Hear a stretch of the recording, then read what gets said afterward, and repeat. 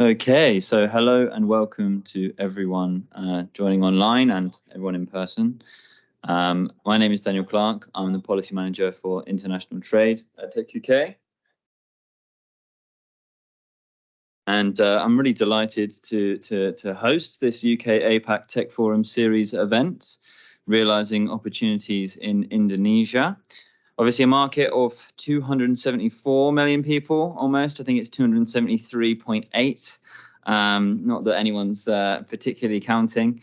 And then obviously we have 200 million internet users as well, which is obviously huge for tech companies looking to expand into this market. And there are so many opportunities looking into Indonesia, be that in terms of exports or be that in terms of trade and investment as well. But there's also quite a lot of challenges. And that's why we wanted to host this event today, because I wanted to run through ways we could overcome these challenges. And we've got a really, really interesting and fantastic female-only panel of speakers today, which is fantastic to see. Don't always see that when it comes to technology, unfortunately. Much more of the case should be needed in the future. So before I hand over to Gita from the Indonesian Investment Promotion Center, I'll just run you through the order of today's events. So Gita will go first. Then it'll be Winnie from Hawksford, Mabel from Moores Rowland, and Sarah from Irwin Mitchell. So we're covering all sorts of things from why Indonesia to how in terms of, maybe using Singapore, and then obviously looking at sort of, the other market advisory aspects of this, and then passing over to Sarah, who will discuss legal, which is very, very important. A little bit of housekeeping before I pass on to Gita. So please keep muted if you aren't a speaker, and please only show your camera if you're presenting. It's funny how many people want to get their 15 minutes of fame in an International Trade Week webinar, but there we go. Okay, I'll pass over now to Gita. Take it away.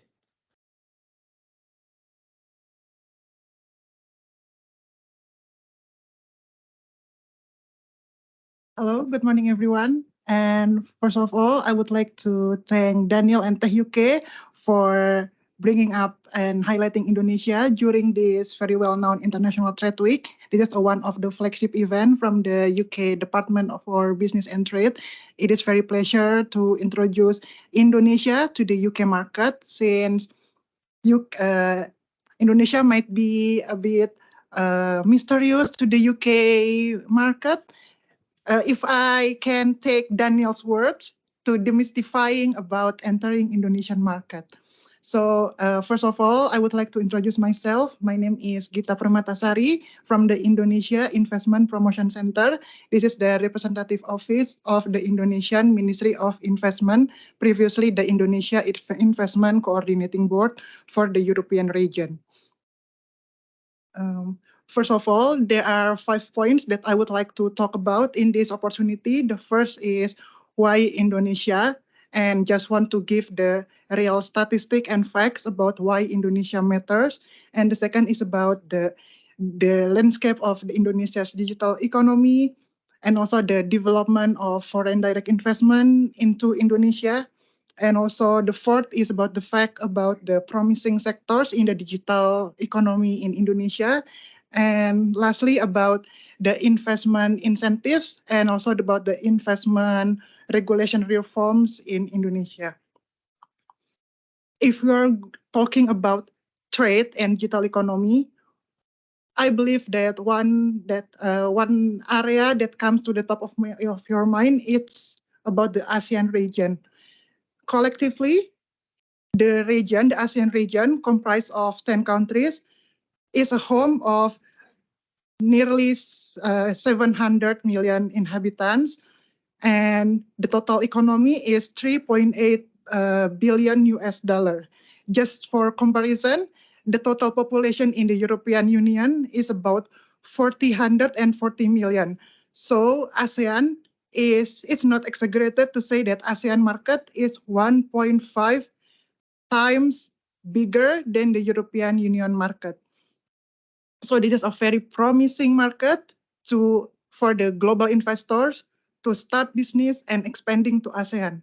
If we are talking about the ASEAN itself, it's not to exaggerate that Indonesia is the natural leader of the ASEAN, apart from as a founding member country. Indonesia constitute about 41% of the total ASEAN population, and it contributes nearly 36.7% of the ASEAN economy.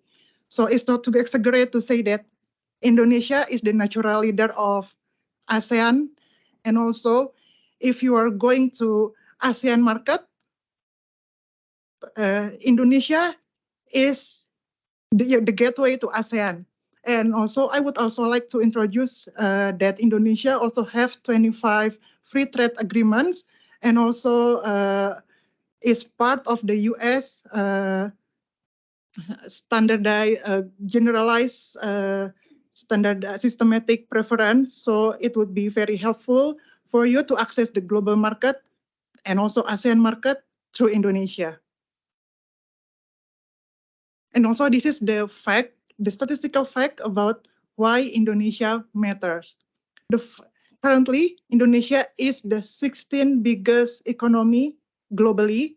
And in terms of the purchasing power parity, Indonesia currently is the 7th biggest economy in the world. Goldman Sachs and OECD, they are generally estimated that Indonesia is forecasted to be the 4th largest economy in the world. Currently, Indonesia is also have the total economy of more than 1 trillion US dollar. And since I talked earlier mentioned before that Indonesia is the largest economy in the ASEAN, and it's worth mentioning that Indonesia is the only country in ASEAN in the G20. In terms of the market, about the production, about the demand, about the supply, population matters, right? And Indonesia is currently the 4th largest population in the world. And if we delve deeper about that population, over 60% of the population is in the working age bracket. So it would be very helpful for European and global investors to start expanding business in Indonesia.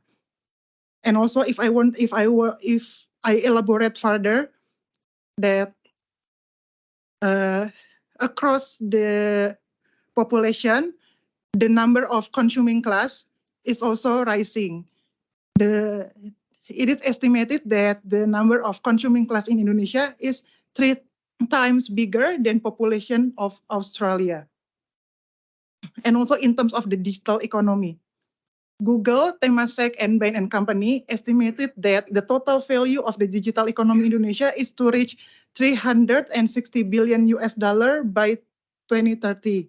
So it is a very massive business in Indonesia.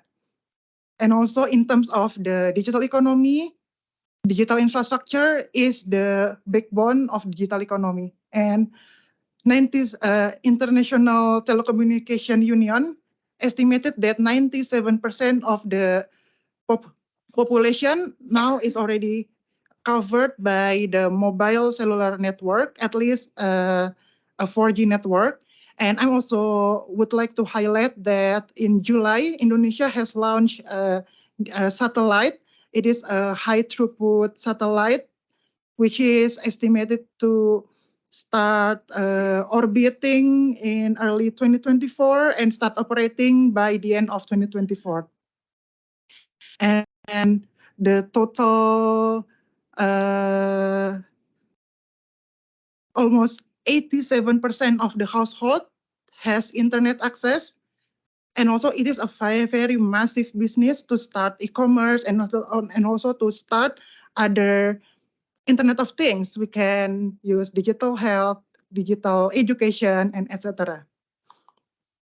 And also, this is what international stakeholders saying. the major international credit agency affirmed that Indonesia is an investment grade. They appoint BBB, with stable outlook. That also a testament that Indonesia is a very potential and has a stable outlook for the medium and long term. And in terms of the ease of doing business, although it's not longer used by the World Bank because they try to move into a be ready, Indonesia consistent to reform to improve their business climate is also shown by the jump in the rank of ease of doing business in Indonesia, because like steadiness and also continuity of keep improvement is what matters, right? To keep improve instead of steady or even get weaker. And also, this is also what international data says.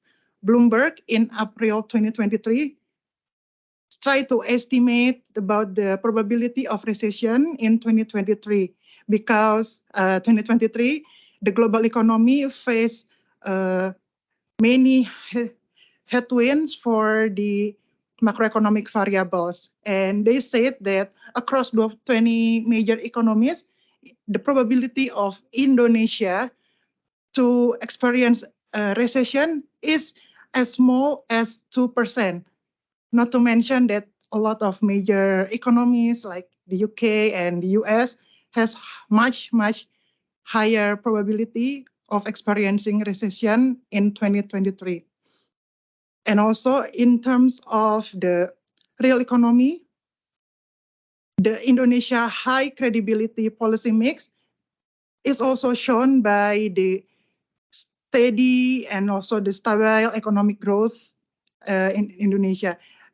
You can see that it's stable over 5% growth, and it's just the growth is minus is just during the pandemic, which is inevitable, but it is also expected that the growth will be steady and also it keep growing over 5%, which is rarely found in any other part of the world.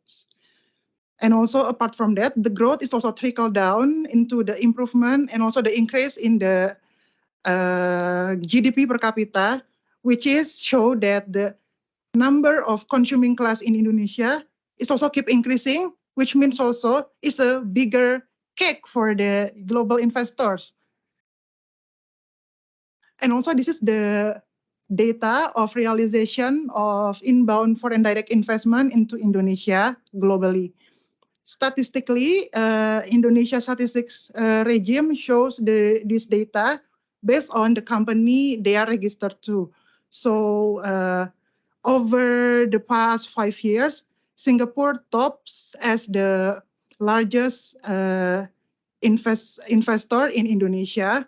And generally, if we can see in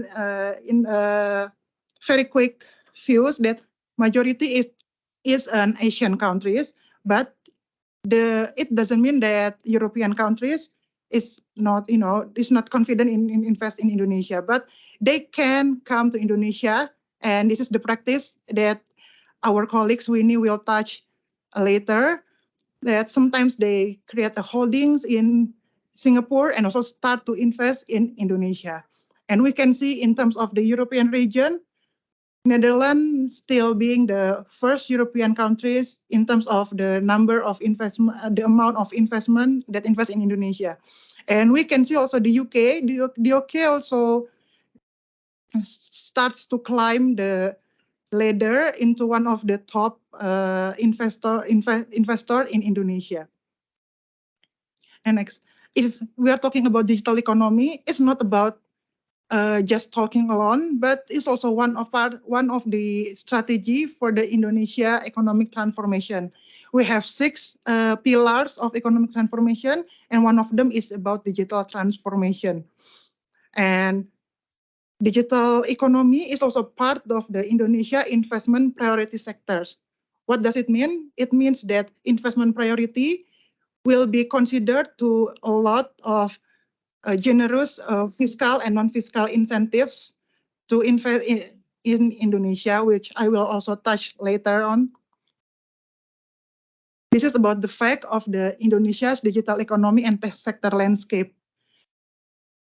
Considering about Indonesia massive population, a lot of them is already digital savvy. About over 200 million Indonesia population is an internet users. And also across the archipelago, the internet penetration is 77%, which is quite impressive. And as I mentioned before, Indonesia keeps striving to improve the digital infrastructure, such as launching the satellite, using internet in the public sector, in the financial sector, to increase the digital literacy, and also to mainstream about digital to all households in Indonesia. And in terms of the digital economy, this is the data from Temasek, Google, and Bain and Company. It measures about 4 subcategories: e-commerce, online media, online food and transportation, and also about online travel. And it is expected that the value of digital economy is to reach as big as 360 billion US dollar. Currently, it is estimated about 76 billion US dollar, which is already very massive economic value of the digital economy in Indonesia. And it is expected to triple or even quadruple over the next 7 to 8 years. And also in terms of the e-commerce gross merchandise value, currently it stands at over 50 billion US dollar, and it is expected to keep increasing with the increase of the number of Indonesia population, about the strengthened Indonesia digital infrastructure, the rising Indonesia consuming population. The e-commerce is expected to triple or even quadruple between 2021 to 2023. This is the landscape of the Indonesia financial technology sector. We try to categorize into 4: the digital payment, digital lending, digital insurance, and digital wealth or investment. So we can see that the main driver of the Indonesia growth for currently is the digital payments. But you can see from the growth, the other sector like digital lending, digital insurance, and also digital investments is also have a huge potential to keep increasing. In 2021, the number of e-wallet users is as big as 63 million users. It's perhaps almost 3 times as big as Australian population. And also in terms of the digital lending, in 2022, there's the amount of loans disbursed is 17 billion US dollar, and also there were 30 million P2P borrowers, which will also keep increasing with the increasing number of population and also with the business in Indonesia. And this is like a testament. This is the data. This is not us. This is Temasek and Google. This is the fact about the massive opportunities in the digital economy and financial sector in Indonesia. Another promising sectors in Indonesia is about data center. Currently, from the 2018 until 2023 first half, the total amount of data center investment in Indonesia is to reach 3.7 billion US dollars. And the 5 top location is still in Java Island, but we are trying to make another data center hotspots in Indonesia, such as in the Sumatra Island, in Batam, an area that is very, very close to Singapore, and also in Kalimantan, near the Indonesia future capital city, and also in Sulawesi. the government is also have a strategy to have 4 national data center across the archipelago. And also we welcome for the private sectors to create a data centers in Indonesia. This is the map of collocation of data center distribution in Indonesia. And this is the major global data center company that already invest in Indonesia. Who doesn't know Alibaba, Amazon, Google, and Microsoft? If they believe in Indonesia, I believe other investors should also be confident to invest in Indonesia. This is the one that I mentioned before. We already tried to create a new hotspot for the data center. One of them is in Batam and Bintan Islands. This is a location of this very, very near to Singapore, which is currently the global data center main countries, I would say.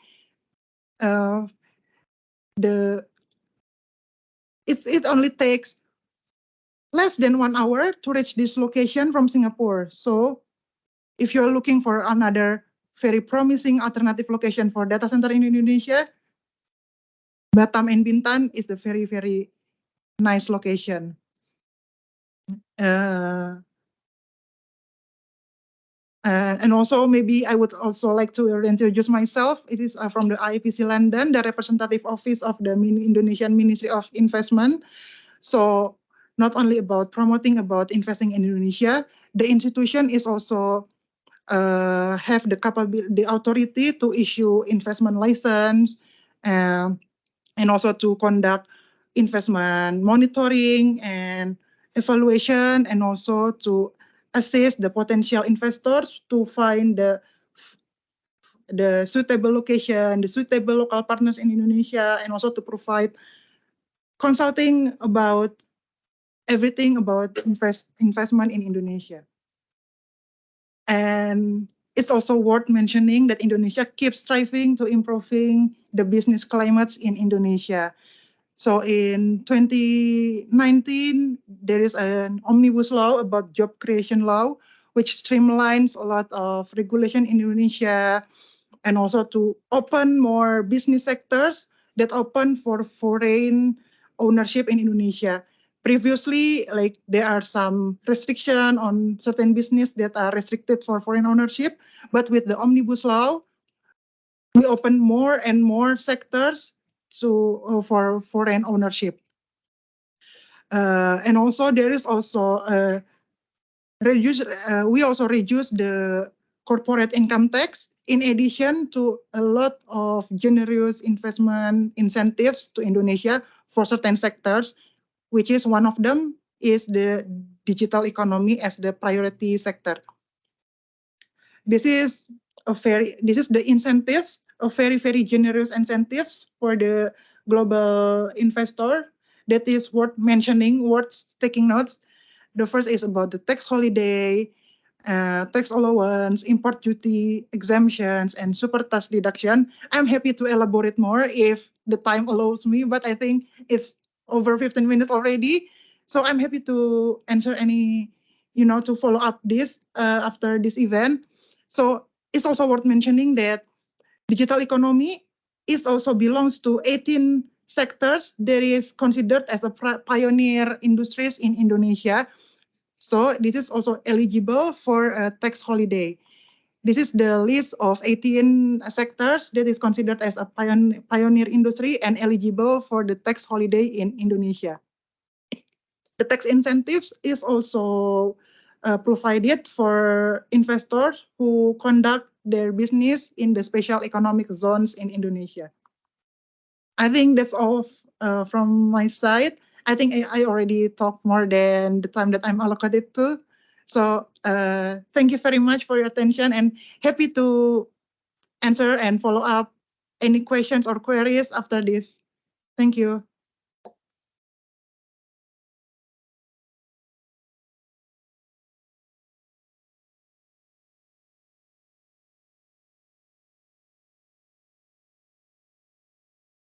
Very good morning to all of you who join us in person and those who join us online as well. So I'm the next speaker. I'm just going to move swiftly because conscious of time. My name is Winnie Xiao. I'm from a company called Hawksford. We are, oops, sorry. Let me just make sure I get to the correct slide. Oops.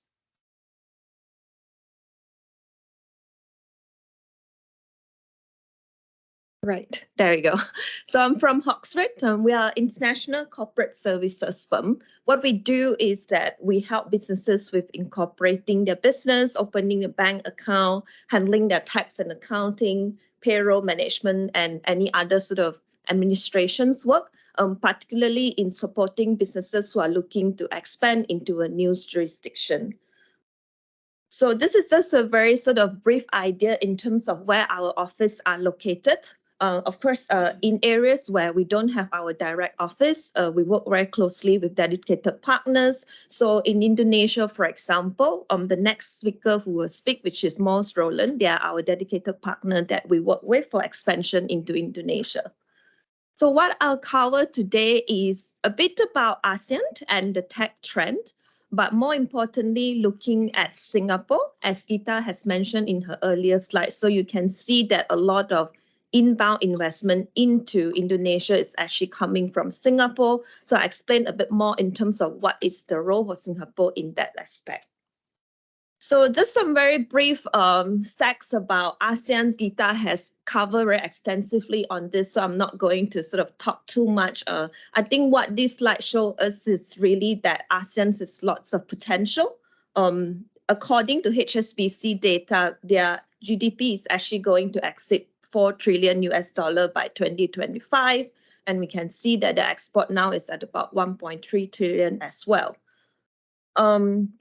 So in terms of tech sector, the key trends that we have observed across ASEAN, I have picked three key themes here. I think this is quite common across all the ASEAN jurisdictions that we have seen.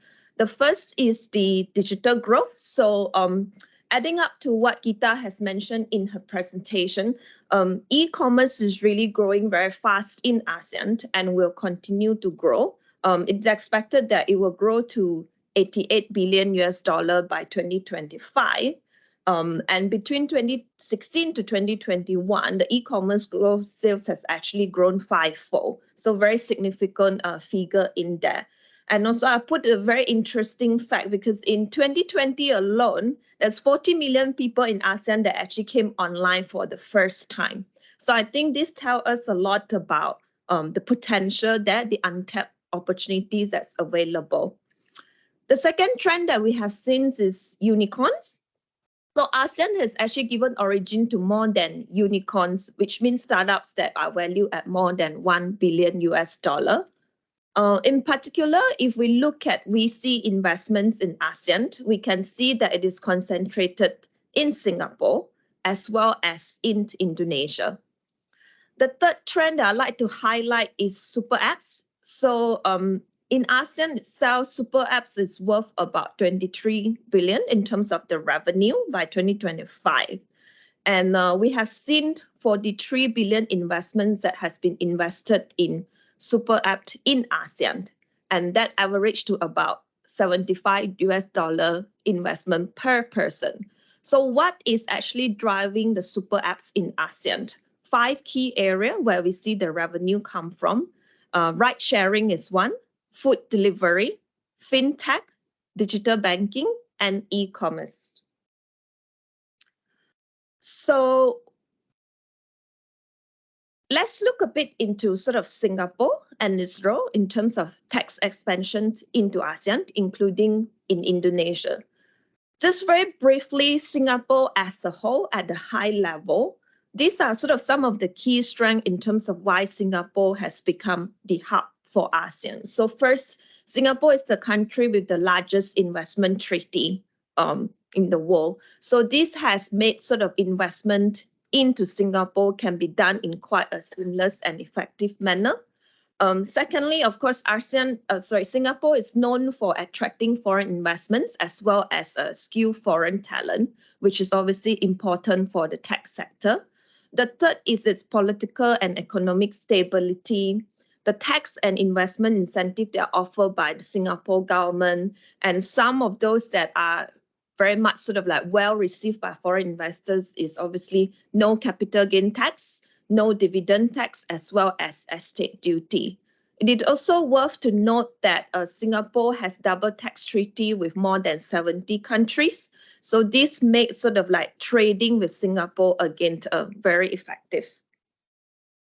So as a tech hub, these are some of the reasons why we have seen our own clients want to expand into Singapore. So the first thing that they mentioned is talent pool. Talent pool is obviously very important for tech companies to grow. And in Singapore, the market can actually offer the talent pool that a lot of our tech clients are looking for. Second is the development in cyber and data security. As Gita has mentioned, Indonesia come in a way where data center is sort of a strategic sort of location when setting up in Indonesia.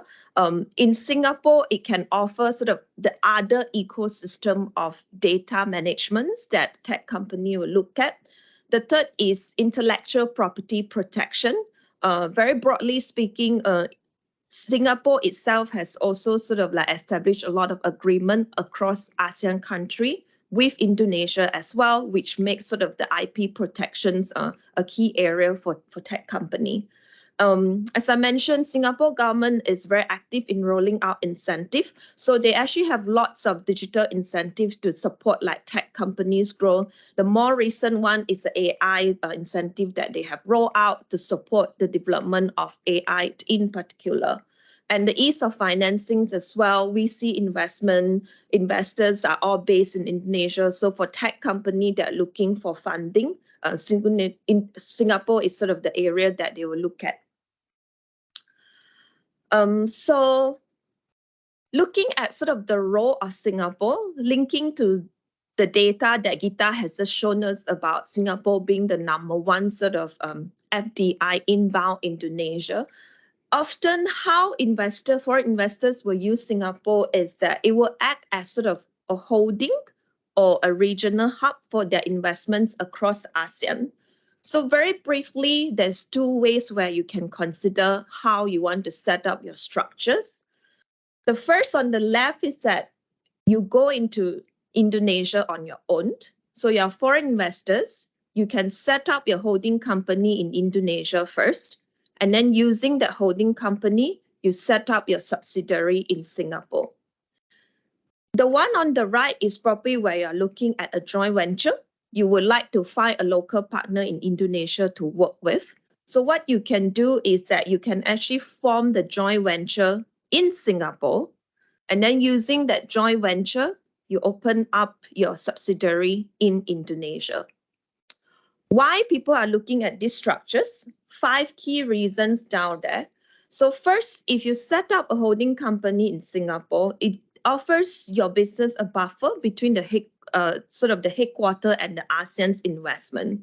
Just in case like the final box that you got here, whether it's Indonesia or other ASEAN jurisdictions, if anything happened to the subsidiary, you will get sort of a good layer of protections and it will not sort of affect your headquarter directly.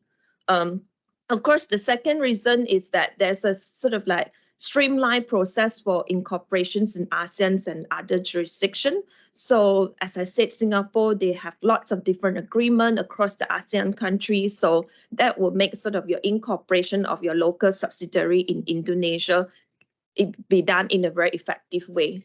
And third is to facilitate the disposal of asset. So what does this mean is that maybe you expand into Indonesia and your business grow very big, and one day you have another investors who want to buy over your business. So you're looking at disposing your business in Indonesia.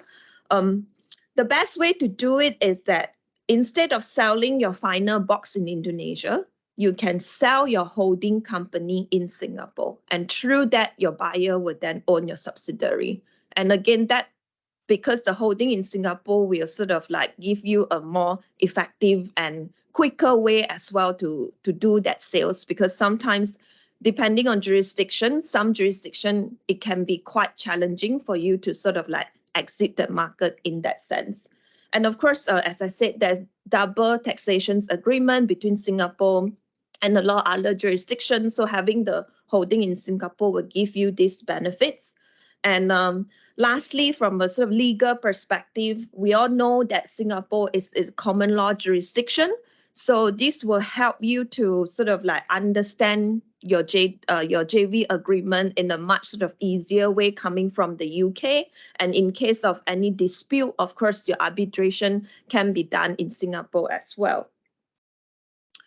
So to set up a holding company in Singapore, it is very straightforward, similar to the UK, a very open and business-friendly environment. So the minimum payout capital is $1. You will require to have one local director who is residenting in Singapore. So this can be a Singaporean, a permanent resident, or employment pass holder who is working in Singapore. You will need one company secretary. Again, this person must be residenting in Singapore as well. You will require to have a local sort of registered physical address. You must have at least one individual or a company as a shareholder for the Singapore holding. And you will need to have a corporate bank account open. So when it's come to maintaining your Singapore holding, these are some of the key compliance that need to pay attention to. Of course, there will be corporation tax and GST registration. You will need to sort of complete your first board meeting within 30 days after the incorporation. You will need to file your annual returns, file your financial statements, conduct your annual general meeting, as well as appointing an auditor and make sure you conduct audit for your account if you do meet the audit threshold. So lastly, this is just a quick sort of example of how we have helped a UK tech company to expand into Singapore. The company itself is called Global Processing Services. So again, we help them from A to Z, basically from the company formation, getting the visa for their employee, and the ongoing sort of corporate services support in fulfilling the boxes that I mentioned earlier about getting a local company director, getting a company secretary, and all that. So I'm just going to stop here. These are my contact details as well as my team. So Dario and Fabius are based in Singapore. I'm based here in London. I focus on helping businesses from the UK to expand into Asia. So if you have any questions, feel free to contact any of us after this. Next, I think I should pass it on to Mabel first.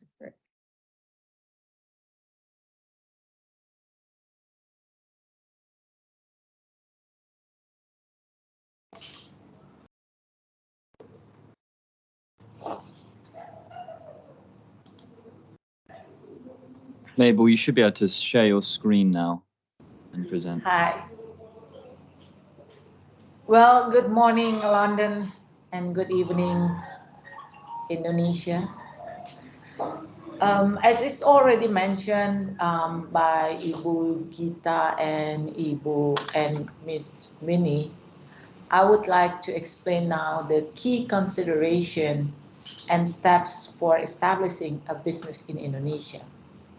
As it was already mentioned by Ibu Gita, that Indonesia has simplified the process of establishing business. We now can set up a foreign investment company in less than a month. Even in my experience, there was we could set up the foreign investment company in a week. So that's how fast it is to set up a company right now in Indonesia. This is not the case before, I mean, few years back. Indonesian, as you already heard, that Indonesian people has a huge interest in technology and digital work. As a result, Indonesia is currently the largest digital market in South Asia. You already heard about that. And we have, therefore, we have a great potential in the technology sector. Now we would like to give you the the snapshot of the information of the regulation in Indonesia regarding the setting up of the foreign investment company in Indonesia. The third slide.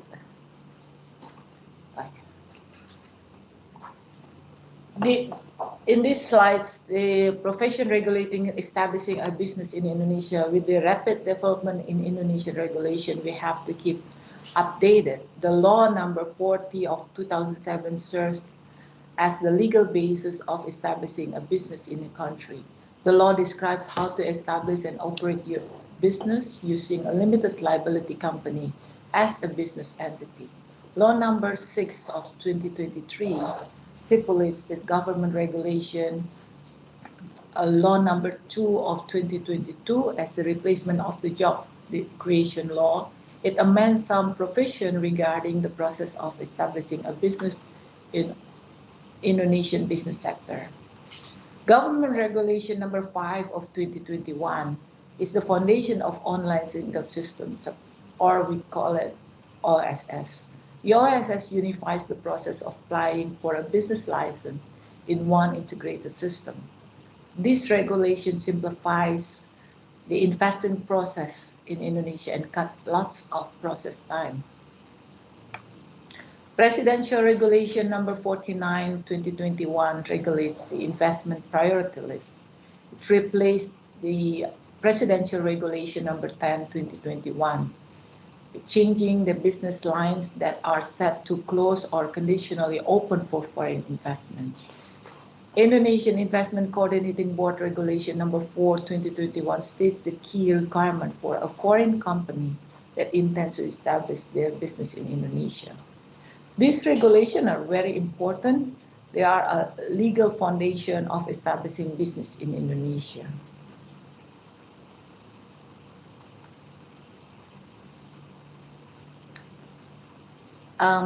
There are several business activities covered in the technology sector. It is essential to define the specific business activity in the technology sector that you would like to undertake in Indonesia. And second, you have to verify through the regulation whether there are any restriction on foreign ownership for business activity you wish to undertake. The regulation restricts some business activity from foreign ownership. However, most of business sector are now entirely open to foreign investors, as it was already mentioned by Ibu Gita.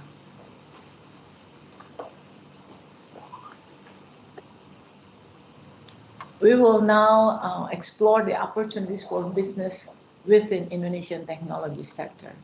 According to the regulation, the technology business sector is among the industry that do not impose restriction on share ownership by foreigners. Therefore, the foreign investor, whether it's an individual or legal entity, have the option to fully own 100% of the shares in their business. Now we will look at the company establishment process.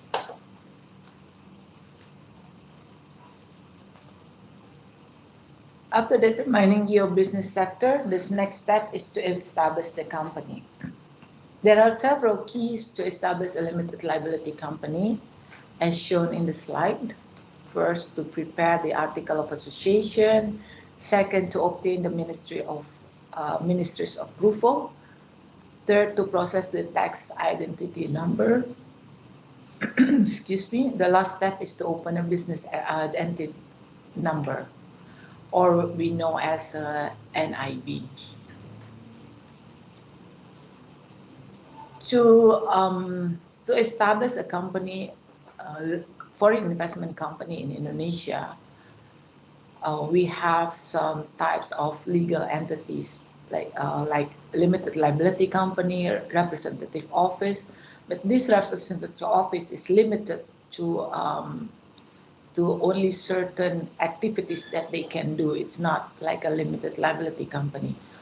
And foundation, but this foundation intended for a non-profit organization. So the limited liability company is the most common legal entity for doing business in Indonesia. There are two types of limited liability company, local and foreign investment. Local company can only be owned by Indonesian shareholders, either individual or legal entity. Local company, the benefit is to having local company is, of course, there's no restriction in doing business in Indonesia, but foreign investor can only establish a foreign investment company which share ownership is held by foreign individual or foreign legal entities, either fully or partially. Even if it's only like 1% shares owned by foreign investor and 99% owned by the Indonesian investor, the company still has to be processed and established through a process of foreign investment company. The main difference between a local and foreign investment company is that the minimum investment for a local company is very small. But for foreign investment company, the minimum requirement for investment is 10 billion rupiah, or about 650,000 US dollar.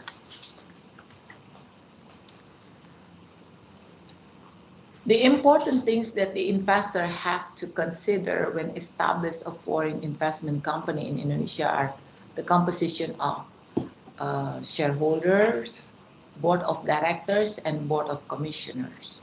The law in Indonesia stipulates that the shareholders' composition must include at least 2 individuals or entities, or a combination of both, one individual and the other one is legal entity. Minimum, as mentioned earlier, minimum ownership of the shareholders, the minimum one shareholder can own is 10 million rupiah, cannot be less than that. And then the second structure is the board of directors. In Indonesia, the task of the board of directors is to manage, operate, and represent the company in its daily activities. The board can meet up of professional or representative from the shareholders. A company has to have a member of board of directors in the company. And if he or she is a foreigner, then they have to have a work permit in Indonesia. The law requires at least one individual who is considered legally competent to become a member of board of directors. If it is more than one member of board of directors in the company, then one of them should be called president director. It's similar with the board of commissioner.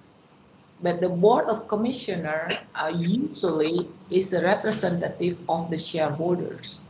Their task is to supervise the daily management of the member of board of directors, either the operation side or the management.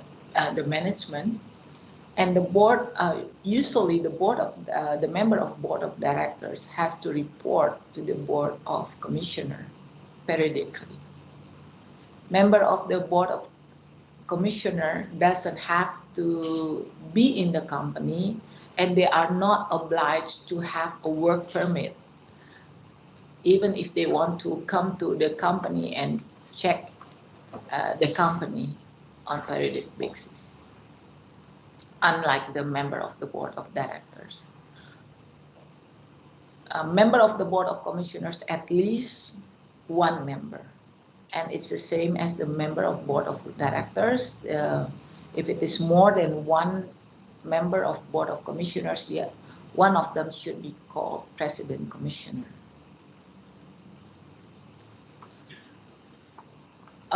We have 3 types of capital, which is the authorized capital, issued capital, and paid up capital. The authorized capital is normally the calculation of the amount that you would like to invest in the company. And then the issued capital is usually the amount that you need to to operate the company, and the issued capital should be fully paid up. And then, of course, as already mentioned earlier, that minimum for the paid up company for foreign investment company is 10 billion rupiah. After the article of association is drafted, it has to be notarized by a public notary in Indonesia, and then obtain an approval from the Ministry of Law and Human Rights.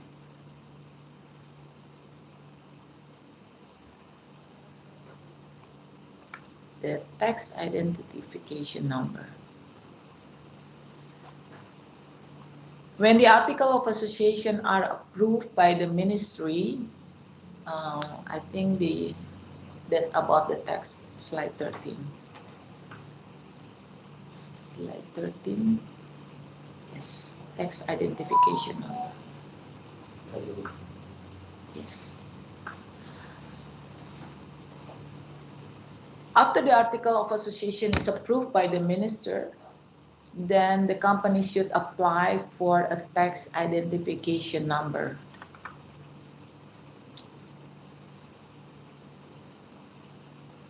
The application for the tax identification number is very easy. You can apply online or offline. Both processes only take a couple of days before you're given a tax identification number. This tax identification number is known as the NPWP. So every company has to have NPWP. Also, the member of board of directors that have a work permit in Indonesia also have to have the NPWP.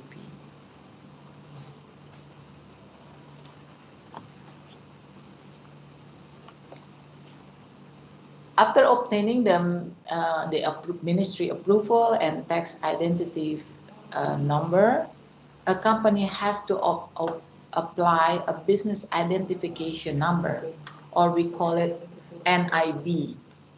The NIB is a legal license to operate a business in Indonesia. NIB can be obtained through an authorized body responsible for processing foreign investment company business in Indonesia and permit based on their risk.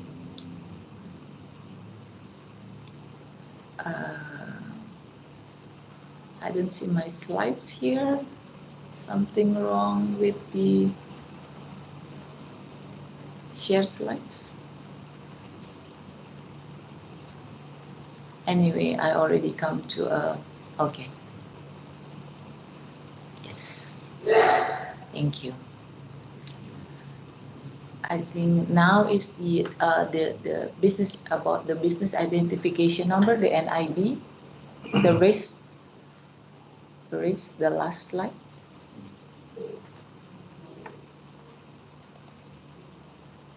Yes, thank you. The business license and permit are classified based on a risk. The government has classified 4 types of risks that apply to each business activity: low risk, medium risk, medium high risk, and high risk. What it differentiates these risks are the license that company has to obtain to operate legally. For low risk, the company only needs an NIB as their business permit. For both medium risk, the company is obliged to obtain an NIB and a standard certificate. For high-risk business requires a company to obtain an NIB and particular licenses. After obtaining these permits, a foreign investment company now can operate in Indonesia. So this is all the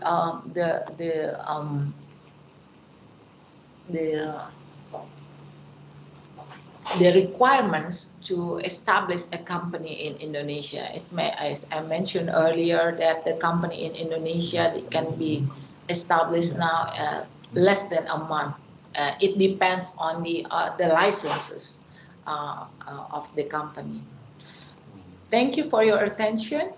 And if you have any question, you can ask the question, or you can check our website or contact us for the details. The details is in the screen. Thank you. Thank you very much. Sarah, would you like to come up next? If you could stop sharing your screen, thank you.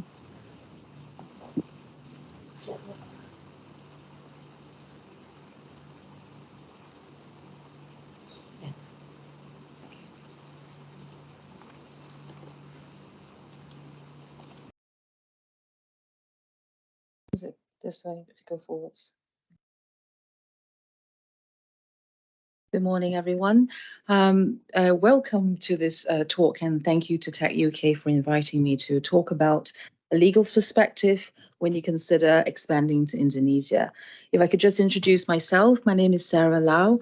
I am head of China at Owen Mitchell. We're a law firm. I'm a barrister. I've been qualified for 25 years, and I've been practicing for 11 before entering the tech scene, funnily enough. And then I've been in the UK-China space for the last 10 years. So a bit about my firm. We are the largest independent law firm in the UK. We have 22 offices across the UK, including England and Scotland. So that means that we cover both English and Scottish law. We are also the largest full-service law firm in the UK, and we cover a broad range of legal services, including employment, banking, tax, and you name it. We have a global reach. We are a national law firm. We don't have presences internationally, but what we do is that we help our clients establish businesses internationally through our trusted partners, and we've successfully helped in these locations. We have a very broad international desk, including Middle East as well as Asia. I run the Asia desk, and what we do is that we help our clients consider what we're going to talk about today, the legal considerations when you expand to Asia. So the Indonesian market has been extensively talked about, much more competently than I can, but it is the largest population in Southeast Asia. It boasts the largest economy in Southeast Asia, and it's got a growing middle class of 52 million currently, and that's more than twice the entire population of Australia. So the spending power is enormous. So let's go through to what we should consider from a legal perspective from where we stand, a UK company entering into Asia.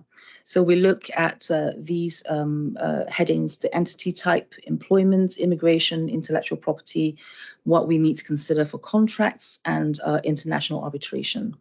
So these are but a few, but these I would say these are the headline considerations for expanding to Indonesia. So the entity type has been covered by Mabel already, but just a quick run through. There are various ways of setting up a company in Indonesia and operating a business. The first and probably the most obvious is to set up a foreign-owned company.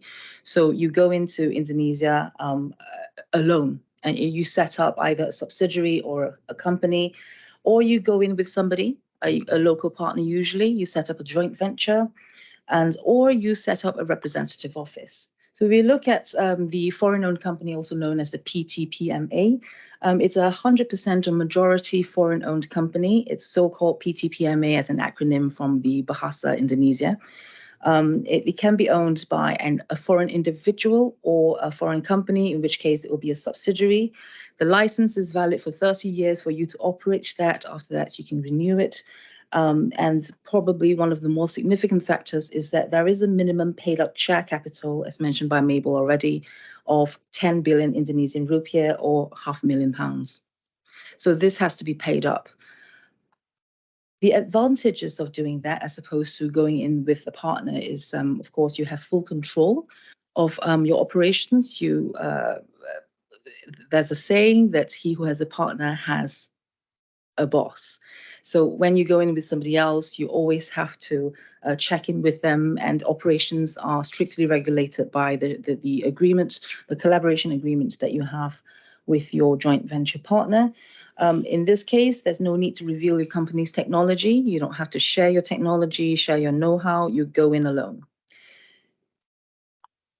The second structure is when you have a joint venture and you go into Indonesia with a local partner. There are two types of joint ventures. There is contractual and there is corporate. Corporate joint ventures involves creating a separate company in Indonesia. So two companies, one from the UK, a local company from Indonesia, you join forces and you start a third company, the joint venture company in Indonesia. And this will be jointly owned by the parties. You can have a contractual joint venture, in which case you don't set up a separate legal vehicle. You simply have a commercial arrangement for you to pursue this common goal together. The joint venture are pursuing a project that generates income. And then, of course, you have the agreement between yourselves, and that will regulate the relationship, for example, the board composition, the shareholder role, the profits, and how you share that. And the ownership split can be whatever you like. It can be 50-50, depending on the bargaining power of the parties, and so on. There are advantages to the joint venture. Joint ventures give each party access to the resources for the other parties. So starting a business is costly. You have to look at manpower, and you've got to go look at business resources. And having a joint partner simply means that you have access to the local partner's business contacts. Perhaps they've been established there for a long time already, and they have the infrastructure there that you can access to. You maintain your own identity. So you go in for the joint venture and you can split. And usually there is a term for splitting away. And they also provide the benefit of shared risk. Now, the final structure we look at is the representative office. You can set up a representative office without a minimum share requirement. So you can only conduct certain activities, market research, you can promote your parent company, and you can also act as buying and selling agents for the foreign parent company. You can't produce any profit in Indonesia. So if there are commercial transactions as a result of your activities, it has to be managed by the foreign company. There is a license for this. It expires after 2 years, and you need to renew it to carry on activities in Indonesia. There are certain benefits to this because there is no minimum capital, so you don't have to fork out from the outstart £500,000 to set this up.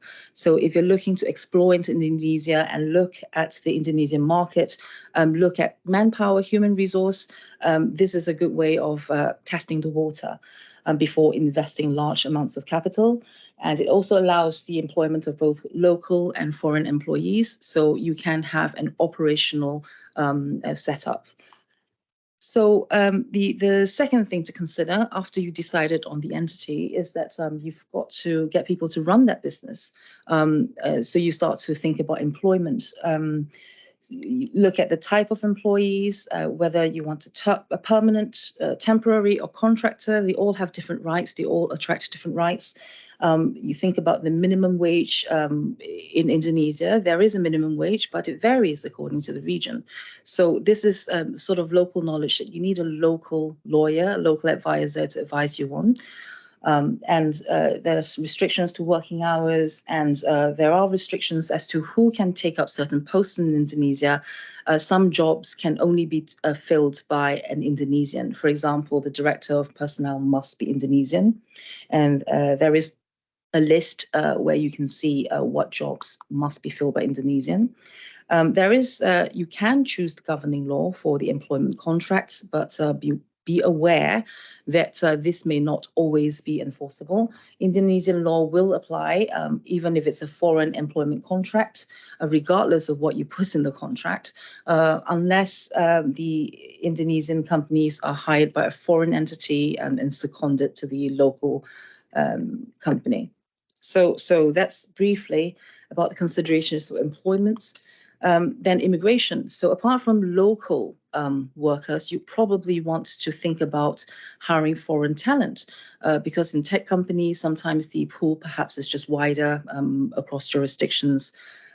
You may want to employ your own staff or send your own staff there because they know your product, they know your business. There are certain requirements. You need approval from the Ministry of Manpower, and for that you need to devise a plan and submit it. There is a payment of $100 per month for every position filled by a foreign worker. And you have, and perhaps this is the most significant, you have to employ an Indonesian employee for every foreign employee, and you have to train that person. It's part of the transfer of knowledge policy run by the Indonesian government. What's interesting is that there is a slight exemption, only slight. The approval is exempted for 3 months for foreigners who engage for Indonesian tech-based startups. So we move on to intellectual property. Now, we all know what intellectual property is, and the rights can protect your innovation or trademark from your competitors. It's important for brand recognition.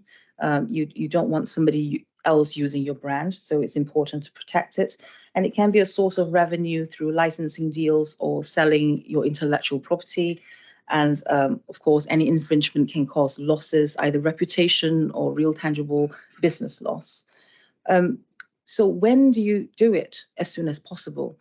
Now, it's essential to register your rights in Indonesia as soon as possible in order to be able to defend and enforce them in Indonesia. But it does take a long time to register these rights. It could take up to a few years, depending on whether it's a patent or a trademark that you're looking at. So it works under a first-to-file system, meaning the first person to file an IP rights there will own that right when granted. That's not specific to Indonesia. It's like that in the UK and most other places as well. So that means that if you don't register it and somebody else registers it, you could be infringing their rights, even if you've basically started using that trademark or invention first. So where they are territorial in nature, which means that registrations in the UK or another country's jurisdictions are not automatically enforceable in others. So if you have a trademark in the UK and you bring it to Indonesia, you may be surprised to see that other people can copy that and that there's no repercussions because you've not protected it in Indonesia. So you need to protect it in the jurisdiction that you're going into. And to do that, you go to the Directorate General of Intellectual Property Rights of the Ministry of Law and Human Rights for administering that. Luckily, Indonesia, along with some other ASEAN, most of the ASEAN countries are party to the WTO, and that means that it's a one-stop shop for registering your worldwide intellectual property. So you can go there and register that, and that's recognized by the UK and Indonesia. So just a brief run through as to the type of intellectual property. We've got the 4 main types: the trademark, the designs, copyright, and patents. And in the UK, trademarks are valid for forever, really, but you've got to renew every 10 years. Same for Indonesia. Designs, 5 years, renewable up to 25 years. In Indonesia, the initial registration is for 10 years and you can't extend it. So copyright is automatic. You don't have to register it because if you've written something, it's yours, provided you can prove it. And it's 70 years from the year of the author's death. And patents, 5 years initially, renewable up to 20 years, and 20 years straight away in Indonesia. So moving along to contracts considerations, we talked about joint ventures, and when you go into Indonesia and you decide to have a local legal partner, it means that you have to very clearly define what the rights and responsibilities there are, because the documents, the JV agreement is probably the single most important document that you have in the JV, because it's really the blueprint of this marriage. And it's when you get together, it spells out everything that each party has to do, including what liability, who undertakes certain liabilities if it comes up, non-competition, that your main company doesn't compete with the JV, intellectual property clause, who owns the intellectual property. When you start a company and you have intellectual property that's born out of it, who owns that? All that is in your JV document. So especially if it's a JV document for contracts, so there's no company formed and it's just a contract, there's no legal structure, there's no statute that regulates it. It really is just down to what's on the contract. So it's really important to have a very extensive and exhaustive list of what you're going to put in your JV contract. Commercial contracts is the same when you supply goods and services in Indonesia or anywhere else in the world. Payment terms, currency, representation and warranties, limitation of liability, and in the event of termination, dispute resolution, what do you do? So these are present in any sort of commercial agreements, but we're looking at international agreements because we are a UK company going into Indonesia. So there are certain issues to think about. What's the governing law? So if you're a UK company, you're probably used to the way UK company law or commercial law operates, and you may be surprised by perhaps certain different laws in other countries. So it may be important to you that you want your contract to be governed by UK law, but will the courts apply it? So there are some local mandatory laws, irrespective of governing law, for example. And this is another example of why it's very important to have a local trusted agent to advise you on this. For example, there is a mandatory law that all JV documents have to be in Bahasa Indonesian, and the currency has, for any transaction has to be in Indonesian. So you can have bilingual agreements, but you can't just have an agreement in English, for example, if you're doing a JV with a local company. Then jurisdiction, so you could stipulate in your contract that you want it to be English law, but where do you want it heard? Do you want it heard in England or Singapore or Indonesia? So that's something that you can choose. And finally, enforceability. So it's all very well to choose English law, English courts, and you find you come here, you get your judgments, but can you enforce it? So it's interesting to note that in Indonesia, foreign court decisions are unenforceable. So you've got your judgment for X amount of damages. You go to Indonesia where all the assets are held by the person you won the damages from, but it turns out that the court won't enforce it. So that's why international arbitration becomes a very attractive form of dispute resolution. So that's something to look at next. So dispute resolution outside of general courts, otherwise known as in arbitration. So we don't go to the conventional courts. This is where an arbitration clause for dispute resolution is inserted in a specific agreement, your JV agreement or your commercial agreement before this dispute, or a separate agreement is made by the parties after the dispute occurs. It's interesting that if you have this clause, then there is the Indonesian court will have no jurisdiction to hear the case. They won't hear it. So it's important to protect your business by having the right clauses put into these contracts. The advantages of international arbitration we touched on already, but there are some other specific advantages.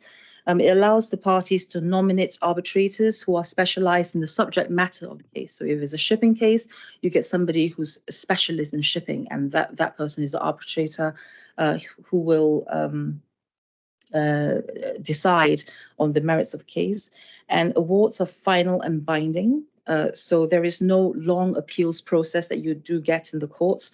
It's as binding as they get, as final as they get. The grounds of appeal are very limited. That there must be some serious irregularity or some an arbitration process to be appealed.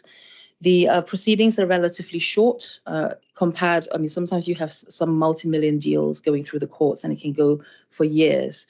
But in arbitration, the goal is to complete 180 days after the tribunal is formed. So that is a huge incentive for businesses to choose arbitration as the way to resolve their disputes. And they are confidential, another big one, because court proceedings are open and the public can attend any court proceedings in the UK, most countries, but arbitration proceedings are confidential. So that's potentially very important for businesses who have to, in the course of the proceedings, talk about their trade secrets and the matter of dispute, their technology, which they don't necessarily want the public to know. So finally, and perhaps most importantly, we talked about how foreign judgments are not enforceable in Indonesia, but arbitration judgments are, because both UK and Indonesia are signatory, as well as Singapore, are signatory to the New York Convention of the Recognition and Enforcement of Foreign Arbitral Awards. So where an arbitration award has been granted in the UK, for example, using UK governing law, you can bring that to Indonesia and it will be enforced. And so there is emerging a clear preference among foreign joint venture parties and supply of goods contract for international arbitration as the method of dispute resolution. So there we have it, a quick run through of what we think of when going into the Asian market. Please do get in touch if you have any further questions. I run the China desk, and what we do is that we help clients enter Asia. Thank you. Thank you very much.